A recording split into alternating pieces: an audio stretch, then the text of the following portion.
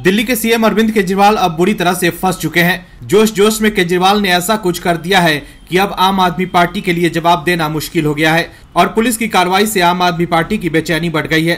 पहले सीबीआई, फिर ईडी और अब दिल्ली क्राइम ब्रांच भी केजरीवाल को नोटिस देने पहुंची है, लेकिन क्राइम ब्रांच को एक्शन में देख केजरीवाल की भाषा ही बदल गई है। पहले तो जैसे ही केजरीवाल को खबर लगी कि दिल्ली पुलिस नोटिस देने आने वाली है, वैसे ही पता नहीं वो कहां गायब हो गए और नोटिस रिसीव करने नहीं आए। केजरीवाल जानते हैं कि उनके झूठ से अब पर्दा हट रहा है। जो भी आज तक वो झूठ बोलते थे तो बचकर निकल जाते थे, लेकिन अब दिल्ली पुलिस कह रही है कि संवैधानिक पद पर बैठे राष्ट्रवादी सोच के पुरोधा पीएम मोदी और उनकी सरकार पर असंवैधानिक काम करने का आरोप लगा रहे हो तो सबूत दो। केजरीवाल के लिए अब मुसीबत ये हो गई है कि उनको बचने के लिए जगह नहीं मिल रही है। झूठ बोलकर वो देश की राजनीति में तो आ गए, लेकिन अब उनकी झूठ की राजनीति का पर्दाफाश होगा और बीड़ा उठाया है दिल्ली पुलिस ने। दोस्तों, आपको याद ही होगा कि कैसे केजरीवाल साल 2012-13 में तब की सीएम शीला दीक्षित और कांग्रेस पर भ्रष्टाचार के आरोप लगाते थे, लेकिन आज केजरीवाल कांग्रेस के साथ गठबंधन कर चुके हैं और अब केजरीवाल बीजेपी पर आरोप लगाने की कोशिश कर रहे हैं। लेकिन अब दिल्ली पुलिस की कार्रवाई से केजरीवाल और आप के नेताओं की नींद गायब हो गई है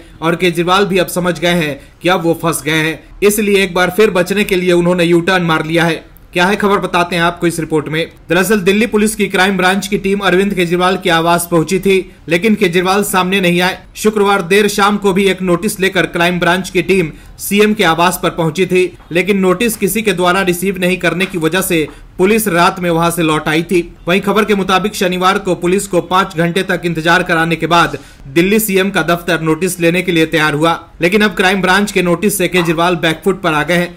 क्राइम ब्रांच के अधिकारी द्वारा केजरीवाल के घर नोटिस देने जाने का वीडियो शेयर कर अरविंद केजरीवाल ने एक्स पर लिखा है कि मुझे क्राइम ब्रांच के इस पुलिस अफसर से सहानुभूति है। इनका क्या कसूर, इनका काम है दिल्ली में क्राइम रोकना, पर इनसे क्राइम रोकने की बजाय इस किस्म की नौटंकी कराई जा रही है, इसलिए दिल्ली में इतना क्राइम बढ़ रहा है। इनके पॉलिटिकल आका मुझसे पूछ रहे हैं कि आपके किस एमएलए को तोड़ने की कोशिश की गई, पर मुझसे ज्यादा आपको पता है। आपको तो सब कुछ पता है, केवल दिल्ली क्यों पूरे देश भर में पिछले कुछ सालों में दूसरी पार्टियों के कौन कौन से एमएलए तोड़कर सरकारें गिराई गई, आपको तो सब पता है। फिर ये ड्रामा क्यों?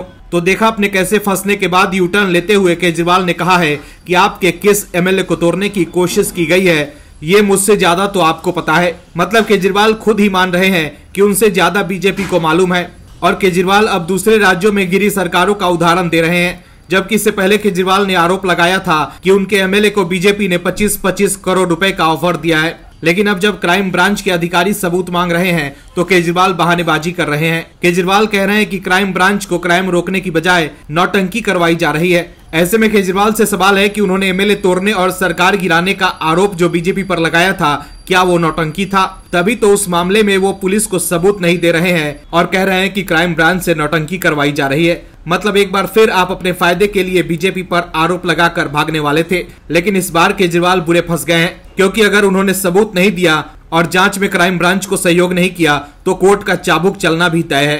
Bureau report, OMH news. और भी वीडियोस देखने के लिए चैनल को सब्सक्राइब करें और बेल आइकन को दबाएं।